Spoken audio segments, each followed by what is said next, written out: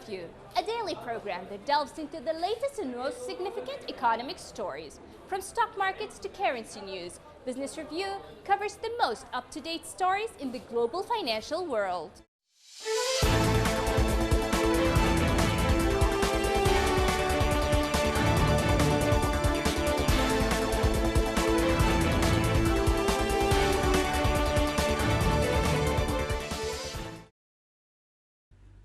The German government greeted details of a new EU coronavirus recovery fund proposal worth 750 billion euros. The German government deputy spokeswoman Ulrike Demmer said at a regular government conference that the European Commission needs to approve the proposal, which includes elements of an earlier Franco-German plan. Earlier, the European Union's executive unveiled the 750 billion euro plan to prop up economies hammered by the pandemic, hoping to end months of squabbling over how to fund the recovery that has exposed fault lines across the 27-nation bloc.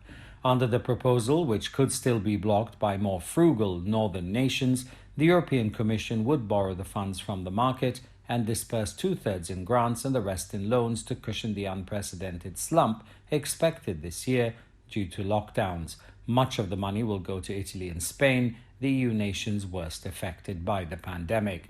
The measures have so far been controversial because they entail transfers of wealth across the 27-nation bloc, and views differ widely on how that should happen. Chinese Premier Li Keqiang pledged that China will further expand opening up and continue to adhere to win-win cooperation in developing relations with other countries. Li made the pledge when meeting the press at the Great Hall of the People in Beijing after the conclusion of the third session of the 13th National People's Congress. Li, who took questions from Chinese and foreign reporters via video link as Beijing continues to observe epidemic prevention and control measures against COVID-19 pandemic, said that the COVID-19 pandemic has had a huge impact on the world and resulted in a significant decline in exchanges and cooperation between countries. He said the world economy will continue to decline if the pandemic continues, which is quite dangerous, as hence global anti-pandemic efforts will be hugely jeopardized. Li went on to say that against such a backdrop, it is necessary for countries to ensure stability of the industrial and supply chains, further open their markets and promote investments, as only through these measures can people prevail the pandemic and minimize the loss. Li also reiterated the need for all countries to conduct cooperation on the basis of mutual trust and on an equal footing, calling on all countries to shoulder its due responsibility when facing up to difficulties and challenges.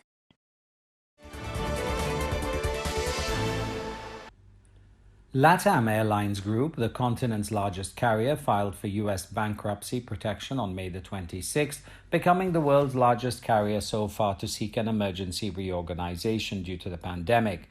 The filing highlights the financial weakness of Latin America's carriers following a similar bankruptcy earlier this month by the region's number 2 airline, Avianca Holdings.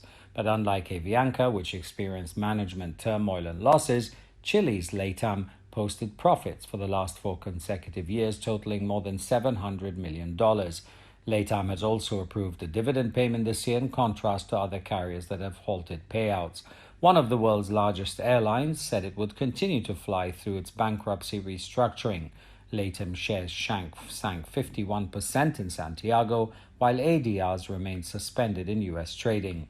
Latin American governments, many under severe budget constraints themselves, have been reluctant to bail out their key airlines, in contrast to the United States and Europe. Most recently, Germany bailed out Lufthansa for a 20% stake. Chile's economy minister, Lucas Palacios, said that he would not rule out a bailout, although he did not propose one. A separate statement, Chile's finance ministry said LATAM is a strategic company for Chile, and the government would consider how it could contribute to its restructuring. In Brazil, it has been negotiating a bailout of up to 2 billion reais, that's $367 million, that has yet to materialize. LATAM's Brazil unit is not part of the bankruptcy, and the company said it might file for bankruptcy there as well if negotiations fall through. Latham said it raised up to $900 million to support operations through its bankruptcy reorganization from major shareholders, including the Cueto family, which controls the airline, and Qatar Airways. In addition, Latham has $1.3 billion in cash on hand.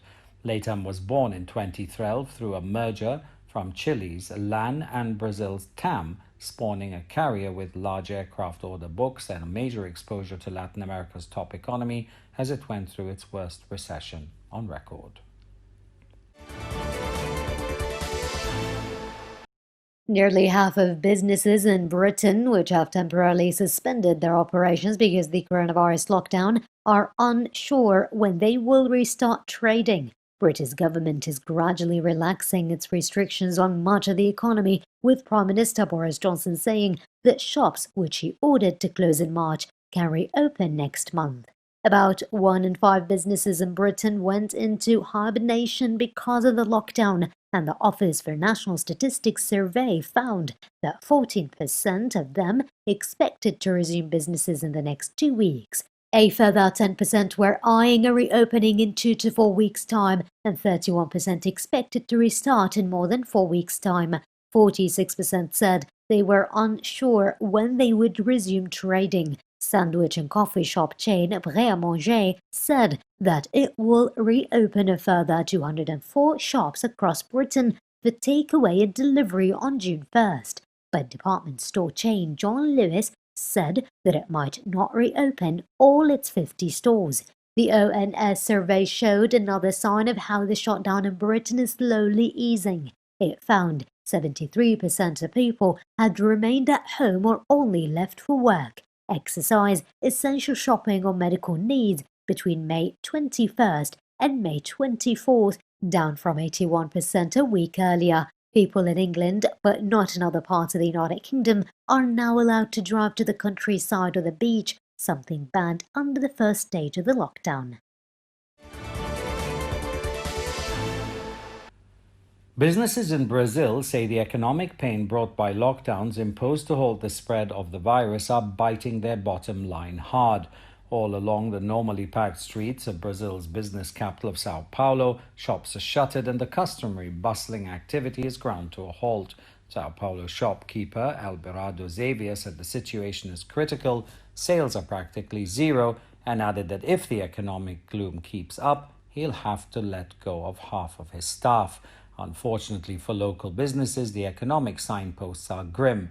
Brazil experienced its most aggressive deflation for 26 years in May, according to a mid-month measure of consumer prices released on May the 26th, as the virus triggered a collapse in transport and related prices. The economy is expected to register its steepest annual downturn this year since records began in 1900. The latest consensus in the central bank's weekly focus survey of economists is for a 5.9% contraction.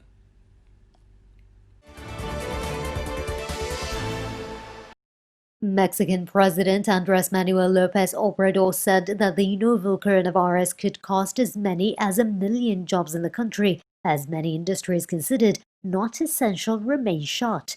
The Mexican economy was already in recession before the pandemic struck, and different investment banks have forecast contractions as large as 9% for this year, with only a gradual recovery next year. López Obrador said in a televised speech that his prediction is that with coronavirus, 1 million jobs will be lost. The job loss number matches the estimate by the country's Business Coordinating Council. López Obrador's government repeatedly said it had the outbreak under control, but since posted record numbers for new cases and deaths. Earlier, his government issued guidelines for restarting operations in car making, mining and construction in Latin America's second largest economy that is linked to the United States and Canada through a free trade agreement. In April, the Finance Ministry said in an annual economic report used to guide the budget that the economy could contract by as much as 3.9% this year, adding that the numbers incorporated a drastic impact from the coronavirus.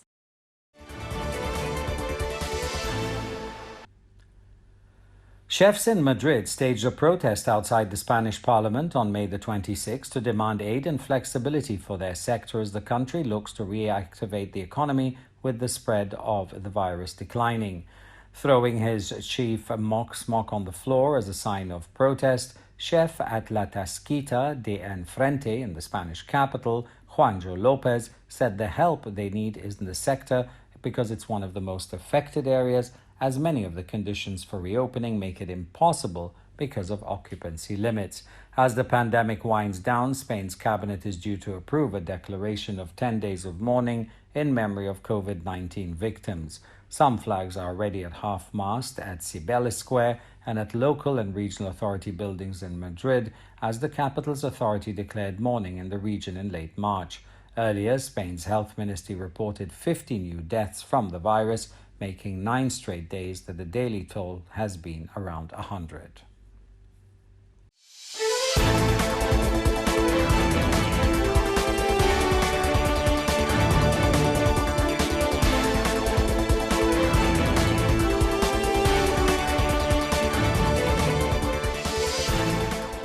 This has been Business Review, your daily source for the most critical stories in the financial world.